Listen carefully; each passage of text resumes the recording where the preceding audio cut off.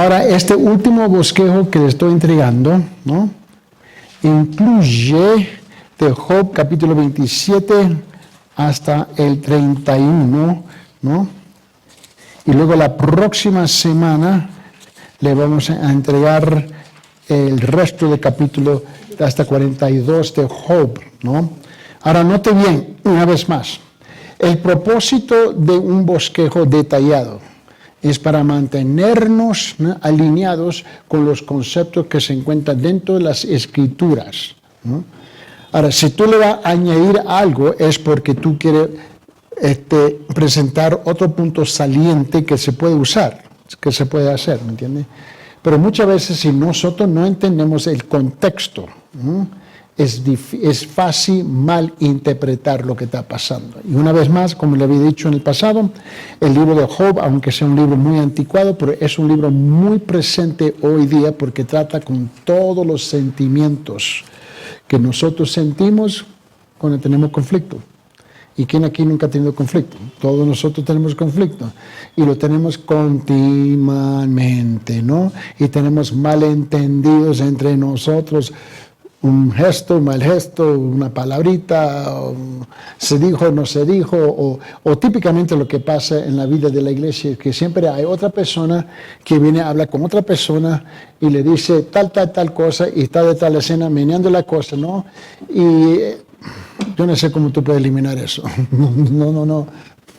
Y típicamente los sentimientos se involucran. Yo creo que este libro es un libro tremendo para tratar los sentimientos y los malentendimientos, especialmente cuando yo me siento autojustificante, como Job. Y al fin, Job tuvo que arrepentirse también, ¿no?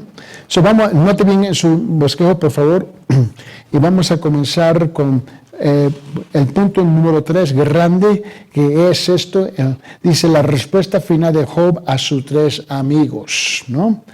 Capítulo 27 hasta capítulo 31 se trata de toda su respuesta. Punto A, Job permaneció confiado en su justicia y en el destino de los impíos. Él estaba muy confiado en eso. Punto 1, Job continuó declarando su justicia, una imagen de compromiso total con Dios, aunque muchos ven esto como autojustificante, pero él sabía que él andaba bien con el Señor, ¿no? No entendía, él no podía, es como alguien te acusa, mira, alguien viene y te dice, mira, Tomás, robaste el banco BCP, y Tomás está ahí, ¿y cuándo yo hice eso? En mis sueños, en una pesadilla, y él está revisando, dando vuelta, pero yo estaba aquí en este día, esta fecha, y él está dando vuelta, pero él tiene un grupo que le está acusando de haber físicamente robado BCP. Y él está buscando, pero no lo hallo, no lo entiendo, no es posible. Job se encontró ahí, en esa misma situación. Job nunca declaró que fue un hombre perfecto. No en la forma como tú y yo usamos la palabra perfecto, ¿verdad? Pero él estaba, no, me estás acusando de esto y esto y esto, y yo no hice esto y esto y esto y esto, ¿no? Y algunas veces tú te vas a encontrar en esa situación, mal acusado de cosas y todo el mundo lo cree. Yo me recuerdo a los principiando de la década de los 90, ¿no? Y en esa época nuestro pastor, ¿no? Y la cosa es que la iglesia tuvo un escándalo muy grande en los estados, donde no se podía responder por más de $1 millón. Y yo nunca me meto con la tesorería, nunca toco el dinero. Y en fin, fui acusado de haber sido la persona que había orquestado Y mucha gente que me gritaron, me maldicieron públicamente. Tú te imaginas. Y yo estaba buscando, pero yo ni toco el dinero.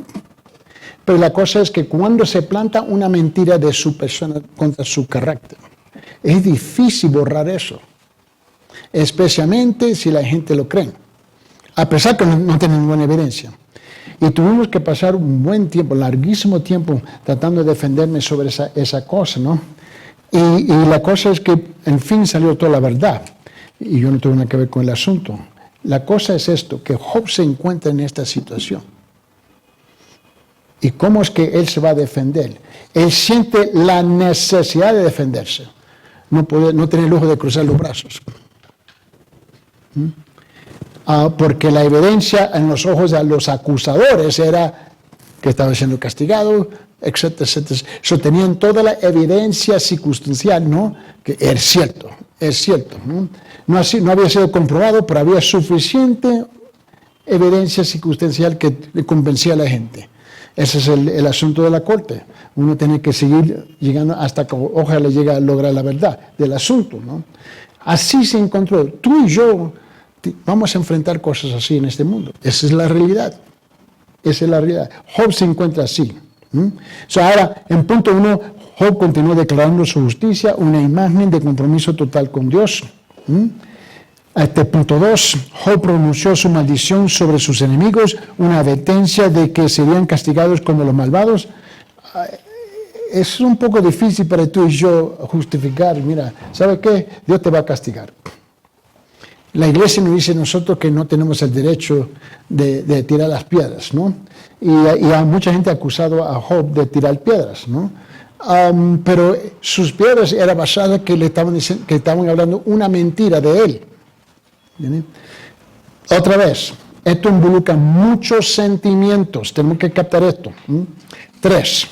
Job describió el destino reservado para los malvados y despiadados, una imagen del juicio venidero. Él está ahora hablando en detalles. Mira lo que dice.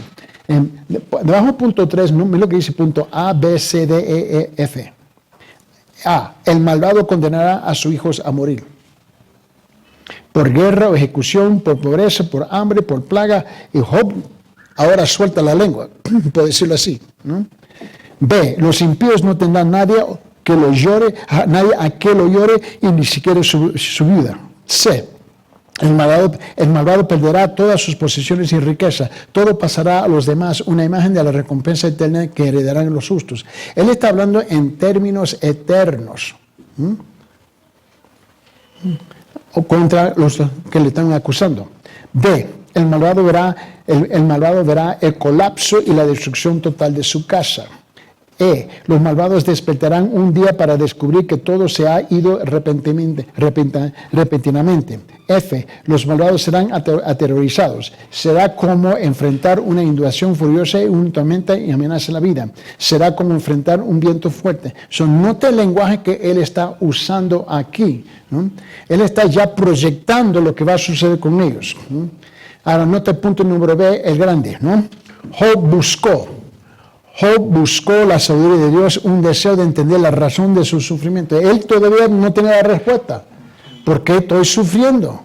Ahora, ¿te recuerdas semanas atrás que te dije que hay un debate? ¿Cuánto tiempo sufrió Job? 2 semanas, 3 semanas, 8 meses, 9 meses. No importa, la cosa es que él sufrió severamente, ¿no? Es como la persona que si se quema la puntita de su dedo, ¿no?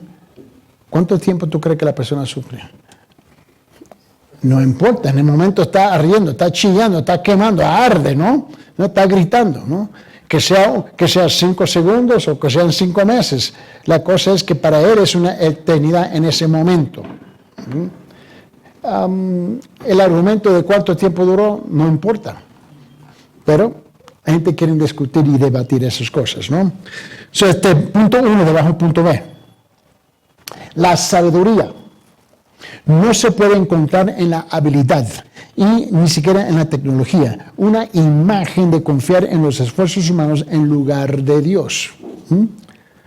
Mira, punto A. Los hombres ponen gran esfuerzo en la minería de piedras preciosas y metales, porque eso es lo que nosotros hacemos, ¿no?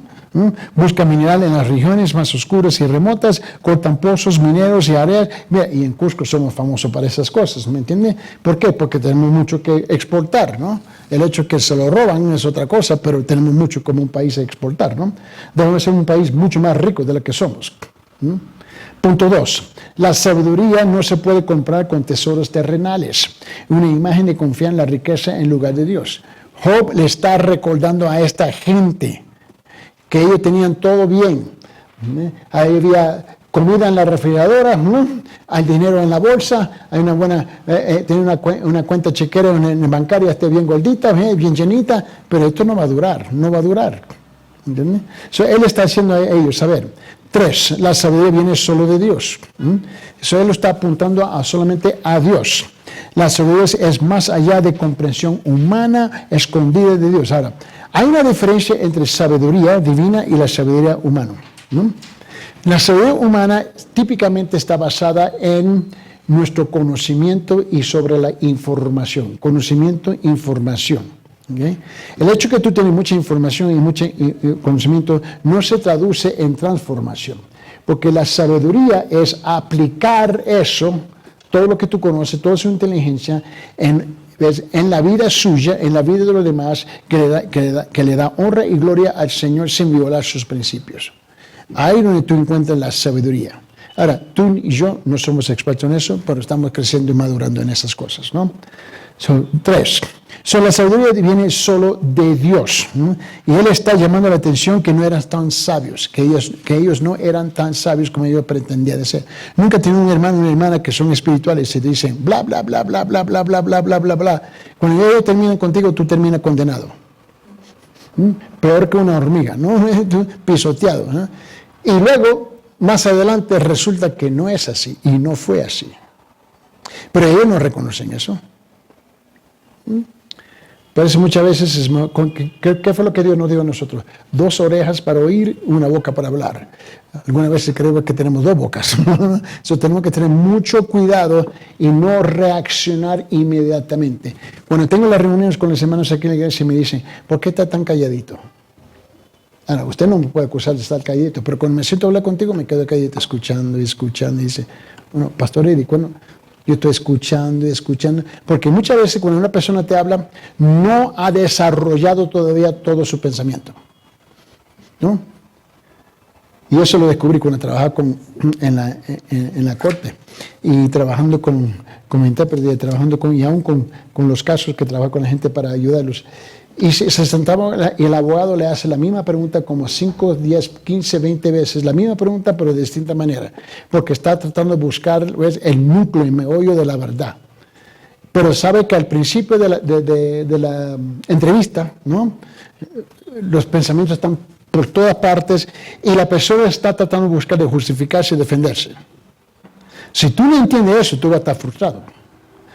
Hay un proceso que le tiene que seguir dando, hasta que la persona comienza a aclararse más y más, pero tú no tienes el lujo de reaccionar personalmente al asunto. Sigue. ¿Por qué? Porque si tú no lo haces con tu cliente siendo abogado, ¿no? Imagínense lo que va a hacer la fiscalía y lo que va a hacer el procurador. Lo van a destruir en la corte, ¿me entiendes? Porque ellos ya saben, ellos asumen automáticamente que tú estás mintiendo. Esa es la base.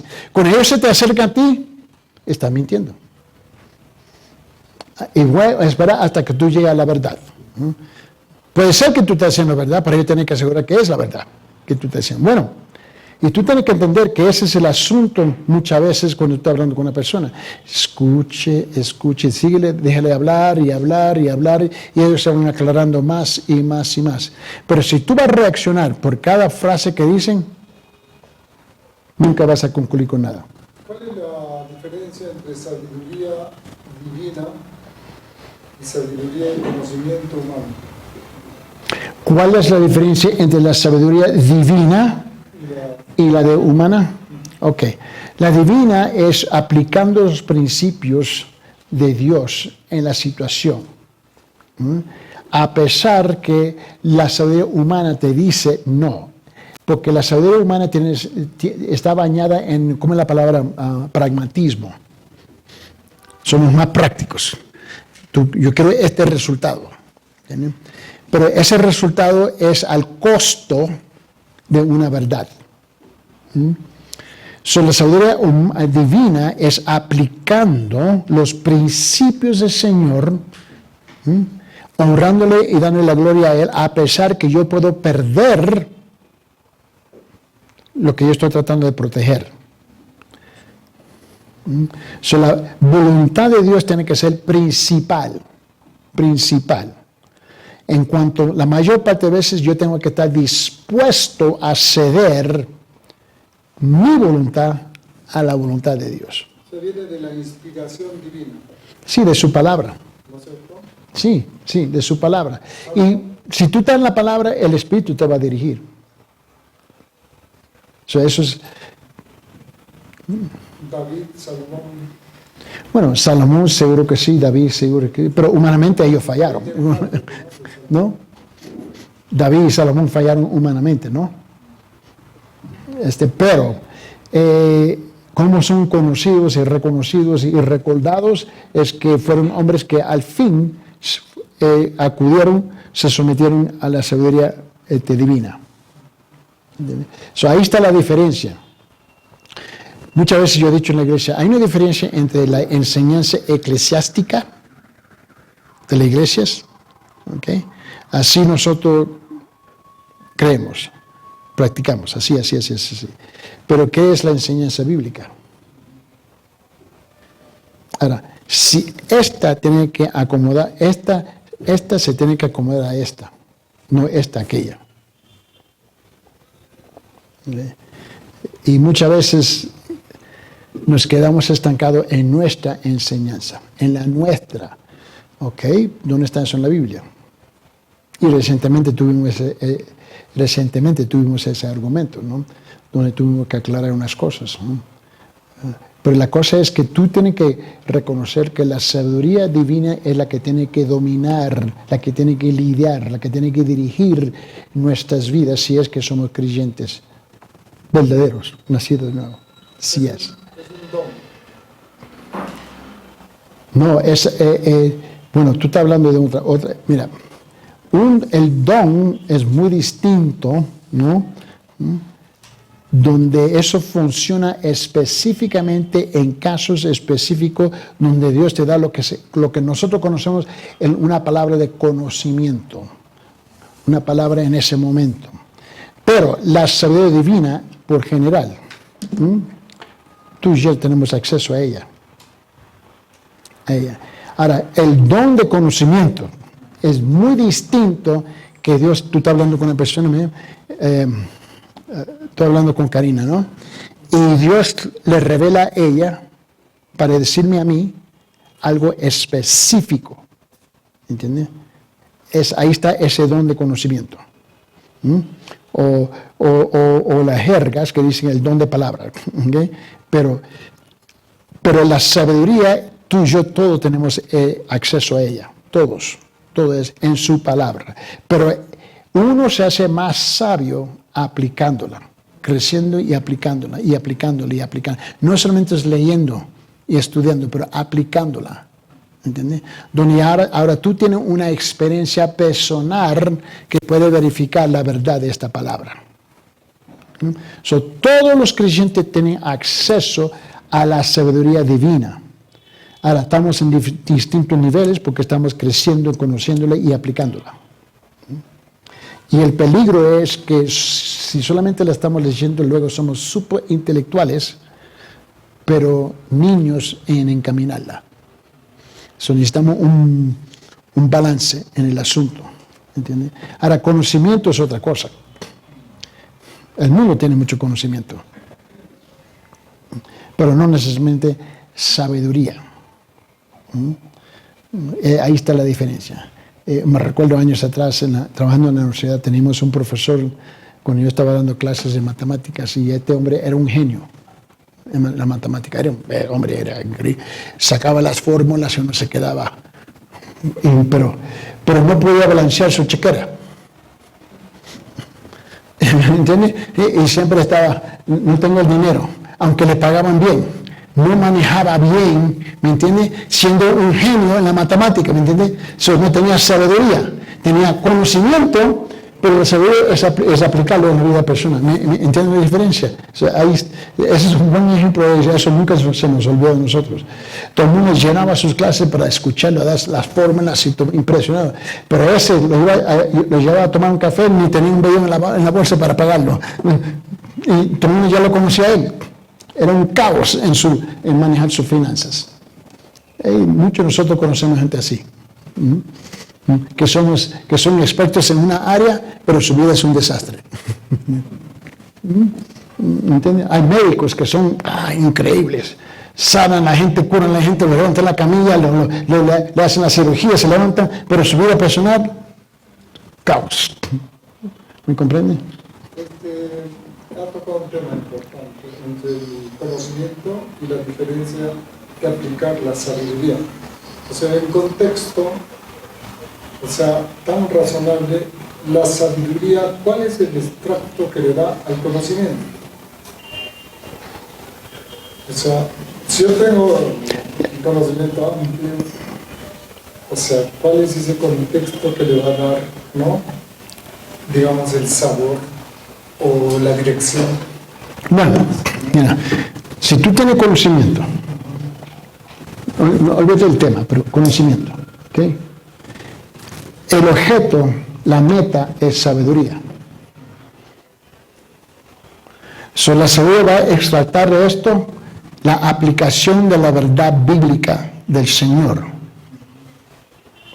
Pero si tú solamente tienes conocimiento y no lo aplicas con la sabiduría de Dios, te recuerda que dije al principio que la sabiduría requiere la aplicación de la palabra, ¿no? Donde le da honra y gloria al Señor, cumple con su voluntad, ¿me entiende? Y siempre le deja a Él en un estado de honradez, a Él, ¿me entiende? A pesar que algunas veces en haciendo eso yo tengo que experimentar una pérdida, donde yo tengo que someter mi voluntad a la voluntad de Dios. Si yo tengo conocimiento y lo llevo a este punto, ¿ves? Voy a actuar sabio. ¿Okay? Pero si tengo conocimiento, ¿me entiendes? Y lo llevo a ¿cuál va a ser mi objeto aquí? Yo, no es él. Conocimiento por general tiende de exaltar yo. Aquí lo impresionar. Que fulano es bien elocuente, ella bien bonita cuando ella habla, y dice, tiene mucha labia. Pero mira su vida.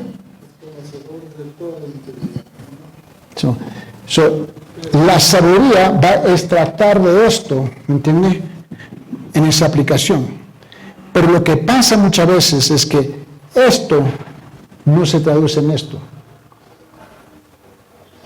Ese es el problema.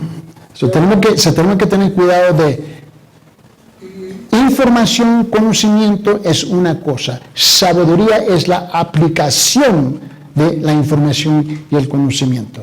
Hablando de esto, ¿no? ¿Se puede dar el caso de que no tiene conocimiento y es sabio? ¿Por una inspiración divina? No, eso es otra cosa, eso es muy diferente. Una persona, mira, por eso yo he dicho muchas veces, el pueblo es inteligente. Que no tenga educación formal es otra cosa. Y en el contexto de este siglo XXI que tú y yo estamos viviendo, creemos muchas veces que la educación formal es inteligencia. Tú trabajas con un hombre en la chacra, nunca ha ido a la escuela, pero ese hombre produce cada año suficiente alimento. Porque él ha aprendido y tiene inteligencia, pero tiene la sabiduría de la experiencia que él está aplicando en mantener esa tierra. Y etcétera, etcétera, etcétera. Que él no tenga educación formal es otra cosa. Pero ese hombre es inteligente. El pueblo es inteligente. Todo el pueblo. Ahí no está el problema. El problema es que rechazan la verdad que escuchan. Eso es otra cosa distinta. ¿Okay? Ahora, sí, pero esa persona muchas veces recibe un toquecito, por decirlo así, del Señor que les ayuda a ella a ingeniar las cosas, cómo salir adelante. Y dice, ¿cómo lograste esto? Y dice, no sé, lo pensé. Porque él no tiene el vocabulario para explicarlo. Y dice, wow, ¿cómo sacó eso adelante? Mira los incas, por favor. Mira cuando construyeron aquí. Los ingenieros modernos, mira, con todo respeto al ingeniero que está sentado atrás, están todavía tratando de fijarse. ¿Y cómo construyeron eso? ¿Tuvieron educación? ¿Fueron a la universidad? ¿Tienen títulos? ¿Escribieron una tesis? No. Y hasta la fecha están ahí buscando. ¿Y cómo lo hicieron? Perfectamente. ¿Cómo cortaron esas piedras que quedan todo perfectamente? La misma pregunta que le hicieron del imperio de los mayas y de los aztecas. Si tú tomas los aztecas, los mayas, los incas, y la gente se queda, pero ¿cómo lograron hacer eso? ¿Cómo es que ellos diseñaron las cisternas que tienen, que van por literalmente centenares y centenares y centenares de kilómetros? Y llega al otro lado de esa montaña el agua, exactamente como lo quieren. ¿Tuvieron educación formal? Yo estoy en desacuerdo con muchos de mis colegas como pastores que me dicen, bueno, es que tuvieron el espíritu del diablo. No, un momentito. Los egipcios. ¿Tú crees que Dios, el Dios espíritu eterno, no era capaz de tocar a esta gente en levantar civilizaciones como ellos lo hicieron? Igual como hoy.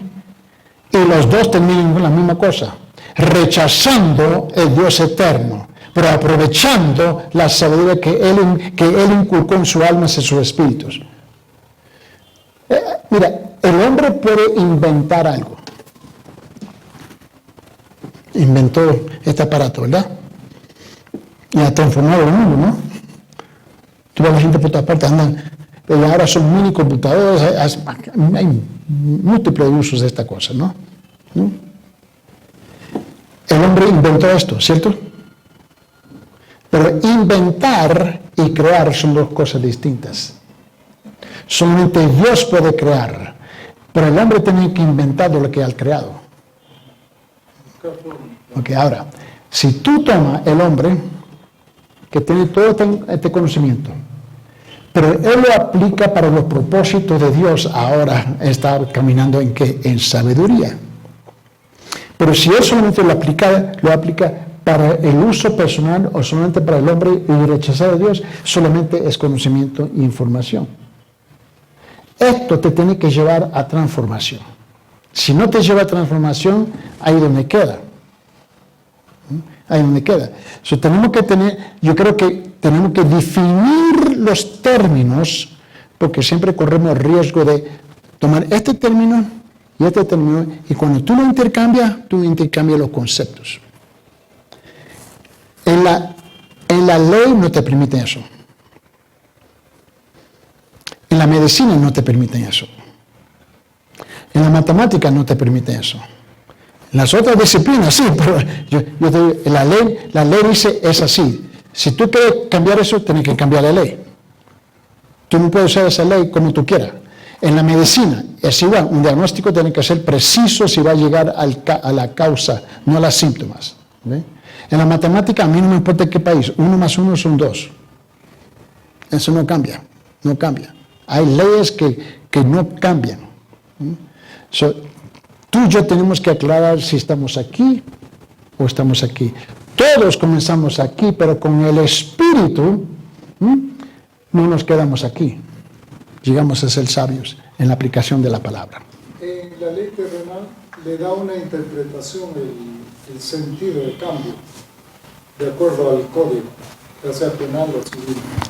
Bueno, las leyes, sí, porque las leyes... Sobre que el contexto es claro, Repite esa parte otra vez. O sea, el contexto de la palabra ¿no?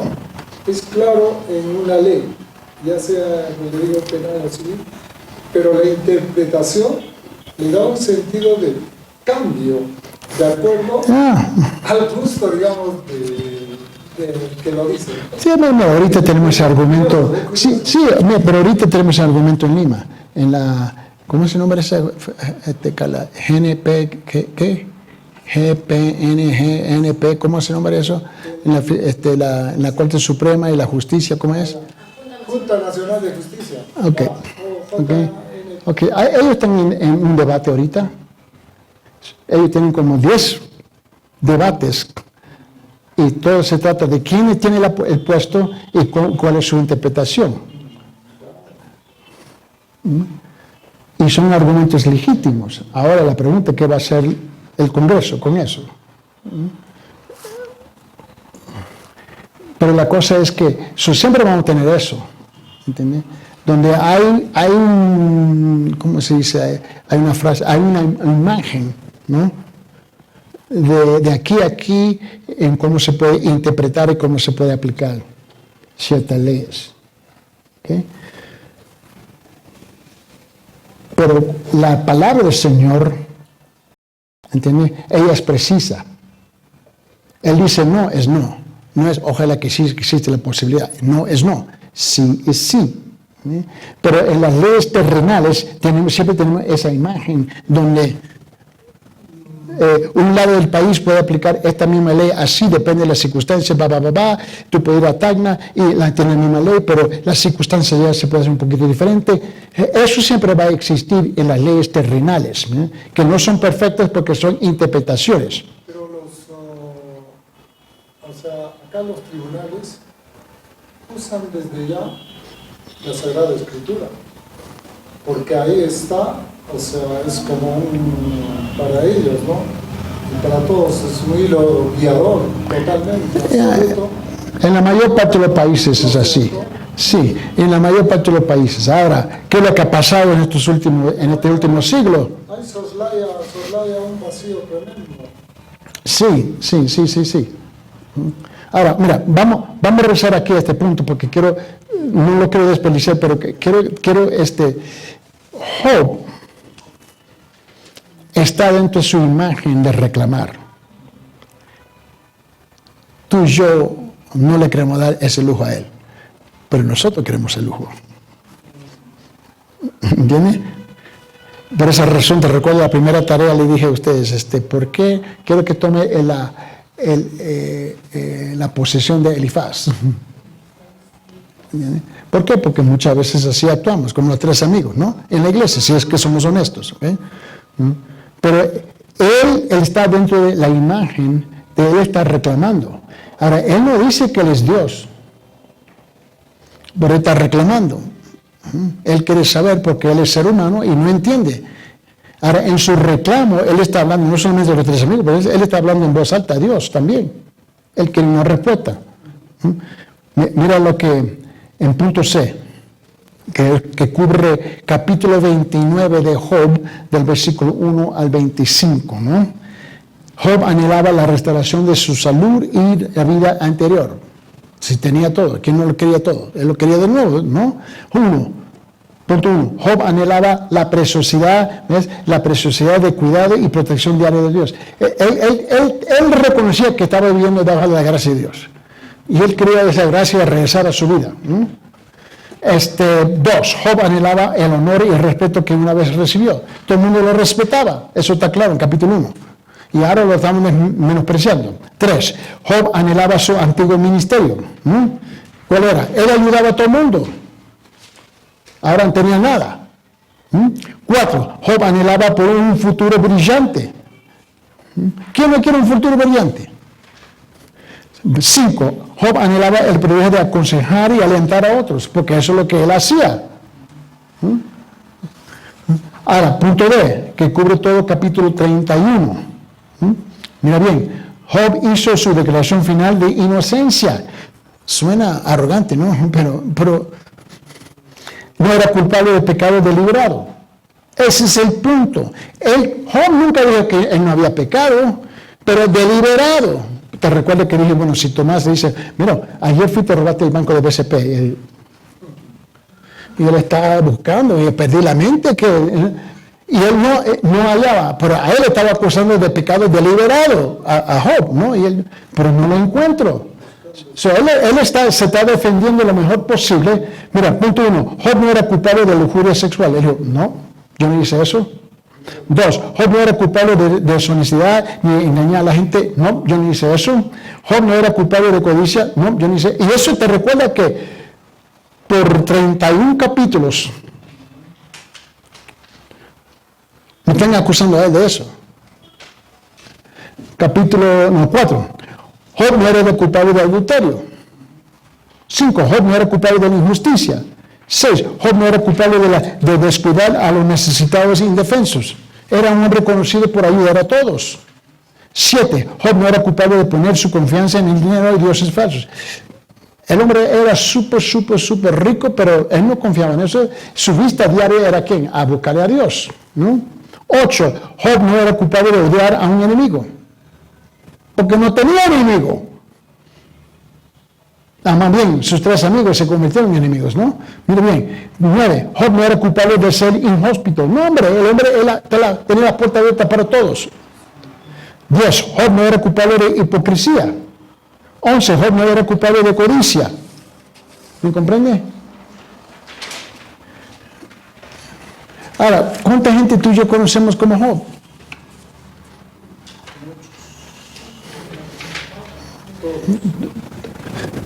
¿Entiende?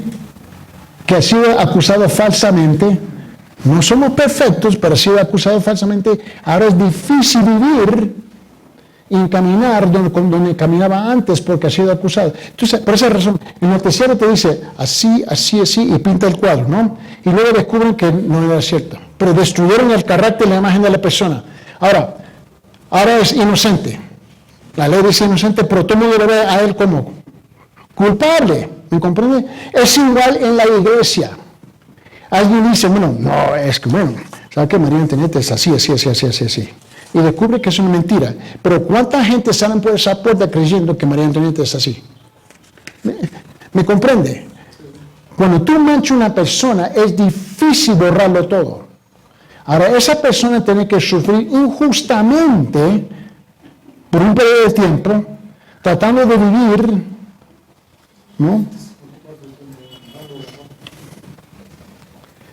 Y la única cosa, la persona dice, María Antonieta, perdóname, yo estaba enojada contigo y yo dije así. Ok, mija, está perdonada. Pero los demás siguen pensando, creyendo que. Ahora ella tiene que vivir con eso por un tiempo, hasta que los demás lleguen al momento, y quién sabe cuánto tiempo va a tomar eso. Y viceversa. Eso es lo que pasa en la iglesia regularmente. Pero lo bueno de Job es que estaba firme en la fe. Él estaba firme. Ahora, por esa razón, vamos a decir que, yo no sé, pero estoy usando el ejemplo de María Antonieta. Si ella no tiene fe en el Señor, ¿me entiendes? Ella va a ser destruida. Mira, va a salir aquí con una amargura molesta, ¿entiendes? Tú tienes que seguir caminando con el Señor. Mira, porque tú y yo vivimos en un mundo injusto. Es injusto. Y la iglesia, vamos a ser francos y honestos, es injusta muchas veces. ¿Por qué? Porque nosotros somos ¿de qué? Del mundo. ¿Dónde tú crees que viene la membresía? Del mundo. ¿Por qué tú crees que la iglesia, vamos a generalizar el comentario, ¿ok? ¿Por qué la iglesia es corrupta? Porque viene del mundo, ¿me entiendes? Y ahora el trabajo es machucándome, dándole duro, ¿me entiendes? Continuamente, ¿ves? Y ese es el trabajo que Dios nos entregó a nosotros. No es algo fácil, pero no te puede cansar tampoco, porque llega un momento, tira la toalla y ya termine con esta cosa, ¿me entiendes? El problema es que ese es el llamado. Yo no me molesto con la gente en la iglesia, ya no voy a ser parte de este grupo. Porque si hago eso, el problema es que cuando yo voy a la canasta, ¿no? A Orion's o al mall, ¿me entiendes? Que está lleno de un montón de injustos también, ¿me entiendes? Si yo voy a dejar la iglesia, tengo que dejar esos lugares también. ¿Me comprende? Y si yo tengo que caminar en las calles a través de un bus, ¿me entiendes?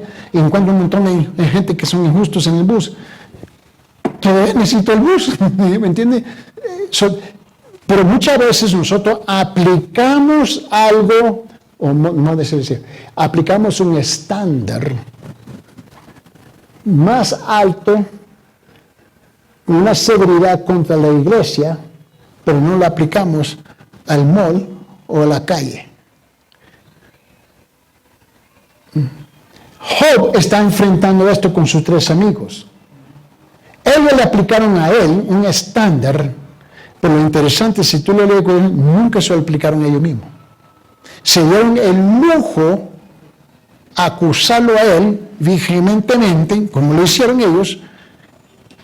Obviamente ellos mismos no se grabaron, pero escuchar.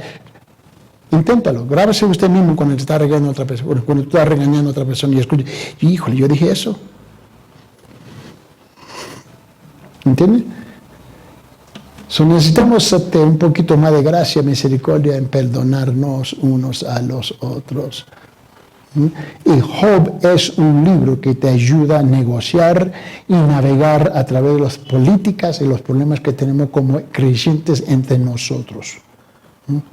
Porque nadie puede tirar la tierra, el lodo, sin mancharse. ¿Me comprende? Ahora, tenemos una presentación, Carla, y Carla nos va a presentar a nosotros, nos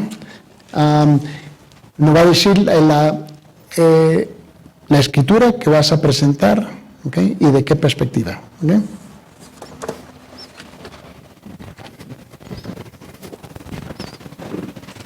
Buenos días.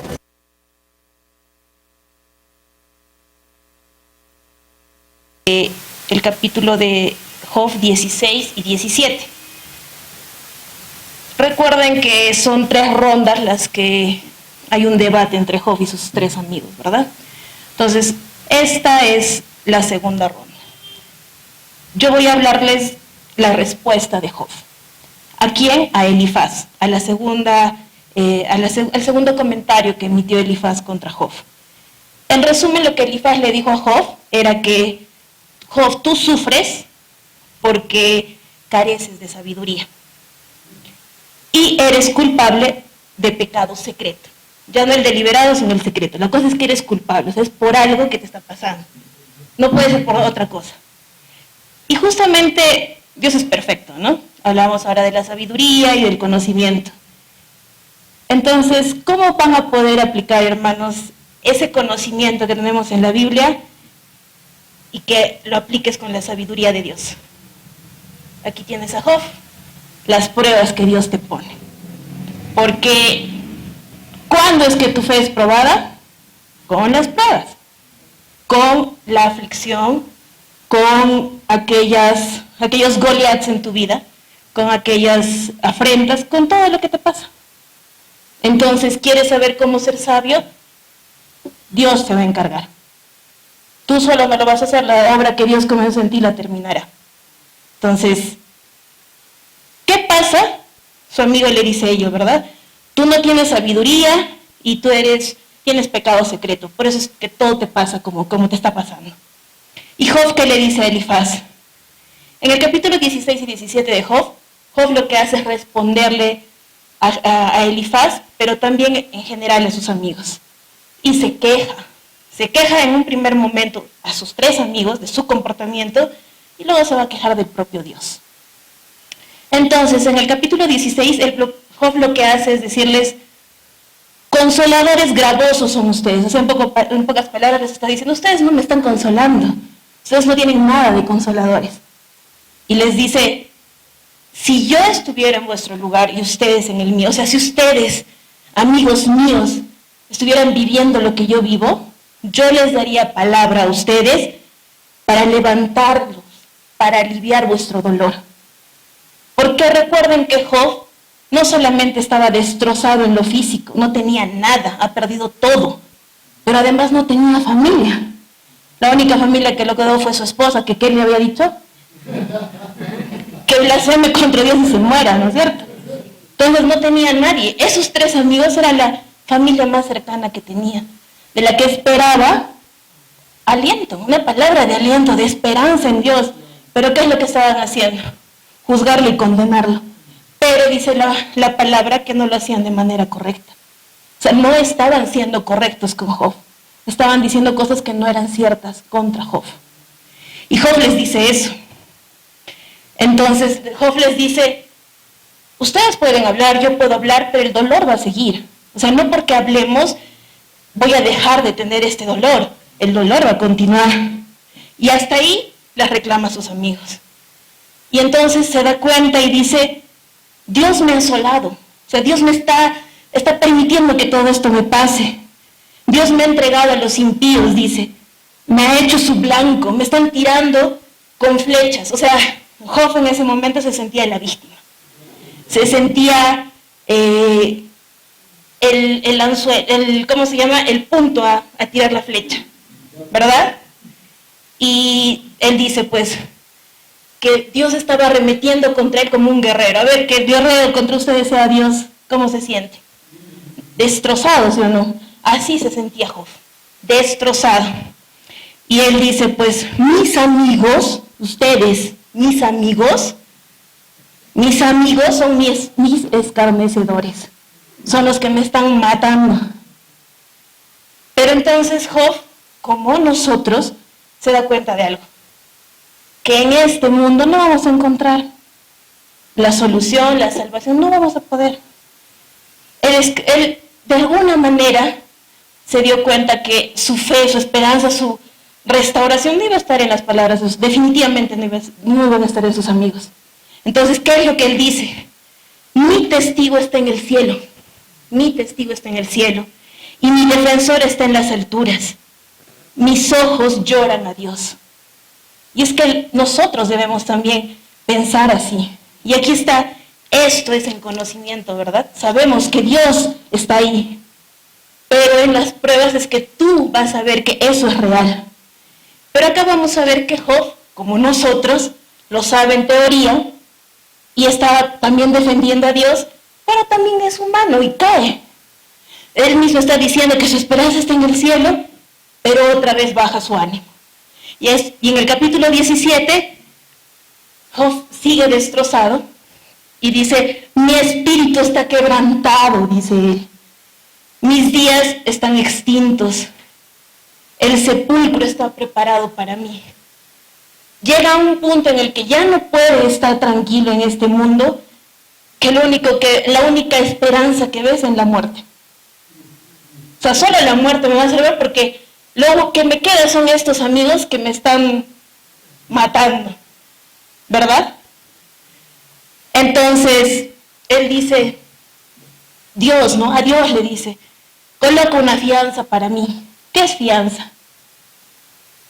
Fianza es cuando tú, digamos, puedes sacar un préstamo en el banco y alguien va a pagar por ti, un fiador. Si tú no puedes pagar la deuda, ese fiador va a pagar por ti. Entonces él dice, no, dame una fianza. ¿Quién será mi fiador? Dice Job. ¿Quién es nuestro fiador? ¿Quién es nuestro fiador? Por supuesto. ¿Quién? ¿Nosotros podemos pagar el precio de nuestra salvación? No. ¿Quién sí lo hizo? Cristo. Entonces Job, si bien no ha mencionado a Jesucristo textualmente, expresamente, sí lo ha mencionado en sus expresiones, porque él ya estaba señalando que él necesitaba que Cristo pague por él, que Cristo lo salve. La obra que Dios tiene para nuestra salvación es por medio de Cristo. Y Job lo dijo. Job dijo, necesito un fiador, ¿quién será? Pero como les repito, Job pues sabe en teoría que Dios está ahí, como muchos de nosotros, pero en esta prueba, en este calvario que estaba viviendo, pues cae su ánimo. Y dice que Job se sentía humillado. ¿Por qué? Porque Job era un hombre muy reconocido en el pueblo en el que vivía. Era un hombre respetado. No solo tenía mucho dinero, sino que era correcto. Él compartía, la gente iba a pedirle consejo a Job, ¿verdad? Pero ahora, él decía, me siento humillado. ¿Por qué? Porque ahora el pueblo hablaba mal de él, iba y lo escupía. O sea, era la historia del pueblo. De lo que estuvo en lo alto, ahora estaba en lo más bajo, ¿verdad? En lo más bajo. Y Job, en esta prueba, pudo aplicar, o en él se aplicó la sabiduría divina. Él se estaba volviendo más sabio cada vez que pasaban estas etapas en toda la historia de Job. Y les dice a sus amigos, ustedes, ninguno es sabio. Y tenía razón, porque ninguno de ellos era sabio. Ellos estaban aplicando mal el conocimiento que decían tener de Dios. Entonces, Job solo encontraba esperanza en la muerte. Pese a todo, él creía que su Salvador, que es Dios, en la muerte, pues, él podría descansar, ¿verdad? Él podría por fin dejar todo ese sufrimiento. No creía que en vida podía cambiar todo ello. Ahí es donde termina el capítulo 17, y te deja un Job, pero Job, ¿qué pasó? Pues no, tu fe O sea, es un ser humano. Es un ser humano y obviamente el sufrimiento que estaba viviendo no lo había vivido antes. No es que él tenía experiencia en vivir sufrimientos de ese tipo. Las estaba viviendo por primera vez.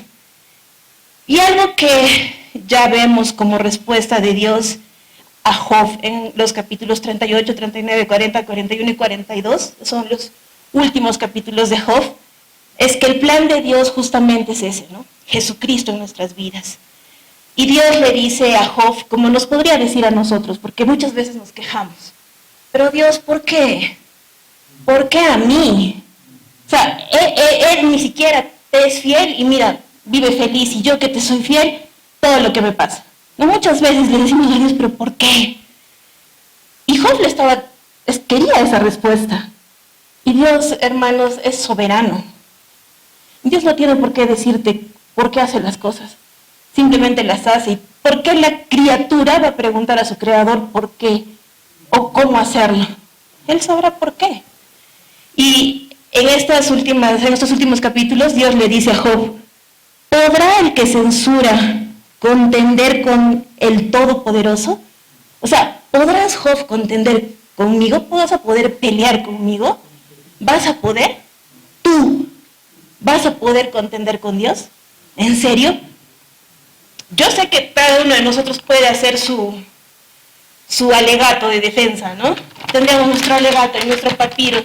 Dios, yo esto, pero ¿saben qué? Nada de lo que podamos decir puede hacer que nosotros estemos frente a Dios y decirle algo. ¿Por qué? Porque nada bueno tenemos nosotros. El día del juicio, ¿a quién verá a Dios delante nuestro? A Cristo, no a nosotros. Entonces, Job, ¿qué le dice? Yo soy insignificante, al final ya de toda la prueba, ¿no? Yo soy insignificante. ¿Qué puedo yo responderte? Mi mano pongo sobre la boca. Es lo que debemos hacer. Si Dios está frente a nuestro, ¿sabes qué? Cristo, por favor, ve delante mío. Yo no tengo nada que decirle a Dios. No tengo nada que decirle a Dios. Entonces, Job dice, por eso me retracto y me arrepiento en polvo y ceniza. ¿Verdad? Dios le dice a los amigos de Job al final que habían actuado mal, que nada de lo que habían hecho fue sabio. O sea, ese conocimiento que decían tener no fue aplicado en sabiduría. ¿Sí? Y les dijo, pídanle a Job para que ore por ustedes, porque si no... Y los amigos se dieron cuenta y le pidieron a Job que orara. Y Job oró por sus amigos y Dios restauró a Job y perdonó a los amigos. Entonces dice que Job murió anciano y lleno de días. Eso de lleno de días es muy importante. No es cuántos años tenga yo o cuántos años tengas tú. ¿Cuánto de tu vida le ha servido al Señor? Esos son los días que van a contar para Dios. Y hay unas palabras que dijo Job en la parte final que a mí me han conmovido mucho. Porque muchas veces decimos, yo amo a Dios, yo creo en Dios, pero no es hasta que tú sufres algo muy profundo, muy fuerte, que entiendes quién es Dios. Y Job, entienden, ¿no es cierto? Era muy próspero y de pronto le pasó algo muy terrible. Y él le dice a Dios, he sabido de ti solo de oídas, como muchos de nosotros hasta antes de pasar la prueba. Dios, yo he sabido de ti solo de palabra, pues, solo de oídas, solo he leído la palabra, me han contado de ti. Y Job luego le dice, pero ahora mis ojos ven. Ahora, cuando tú pasas las pruebas, las batallas, tus ojos ven quién es Dios. Entonces, esto es lo que nos enseña Job. Eso es todo, pastor. Gracias.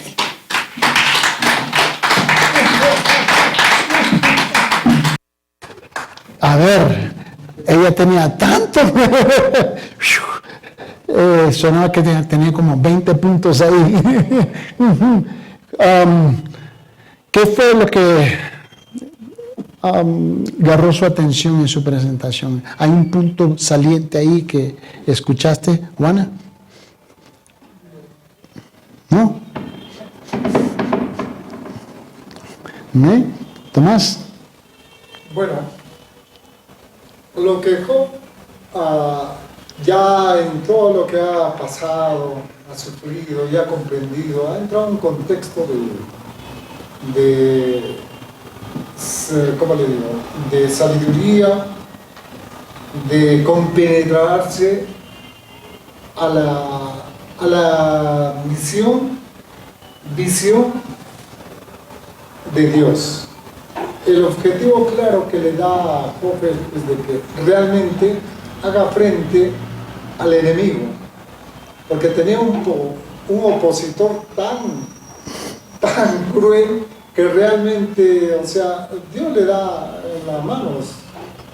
El que lidia y le castiga es el enemigo, no Dios. A Job. En todo este contexto, Dios sabe lo que ya tenía que hacer con Job. Y el enemigo sabía que estaba en su poder de destrucción.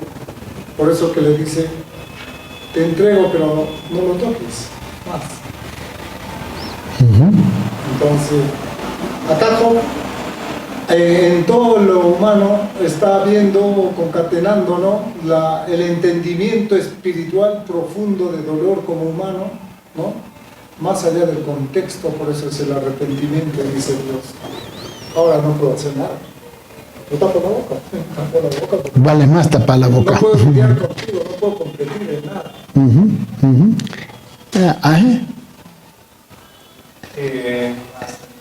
Como usted dice, había muchos puntos, parece que había muchos puntos.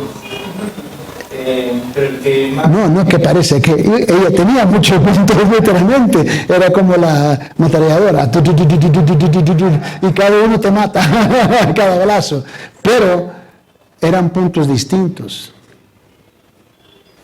En mi caso, lo que más me llamó la atención fue la realidad de que los amigos de Job al final del día no eran sabios. Conocían la palabra de Dios, pero aplicaban pésimamente la palabra de Dios. Me chocó porque ¿cuántos de nosotros podemos citar varios versos bíblicos a la perfección y lo aplicamos tan mal? O sea, nosotros estamos en la... Todo eso me llamó más la atención. Es como estuvimos hablando, que aquí hay conocimiento y aquí hay sabiduría. Ellos tenían que mucho conocimiento. Ajá. ¿Alguien más? El punto que me ha llamado la atención fue que este sufrimiento de Job, todo el sufrimiento de Job, lo ha llevado a conocer a Dios realmente. Ese fruto de conocer a Dios, no solo de oídas, sino conocerlo por vista, es algo que no podemos calcular con ningún tipo de pago, ¿no? No hay forma, solo Dios te puede darte ese regalo. Y al final Job se sintió, se puede decirse, consolado por su aflicción. Gracias a su aflicción, él pudo ver a Dios. Bueno, ahí está. Cuando ella llegó a ese punto, ahí está el problema muchas veces entre nosotros en la iglesia, que escuchamos, oímos los mensajes, pero no lo estamos viviendo. Y nos quedamos a un nivel, ¿no?, sin fruto, porque el fruto se va a tener que producir a través del fuego, de la experiencia de la vida. ¿Entiendes? Job, su sabiduría es que él vivió y vio la mano de Dios en su vida a través de sufrir.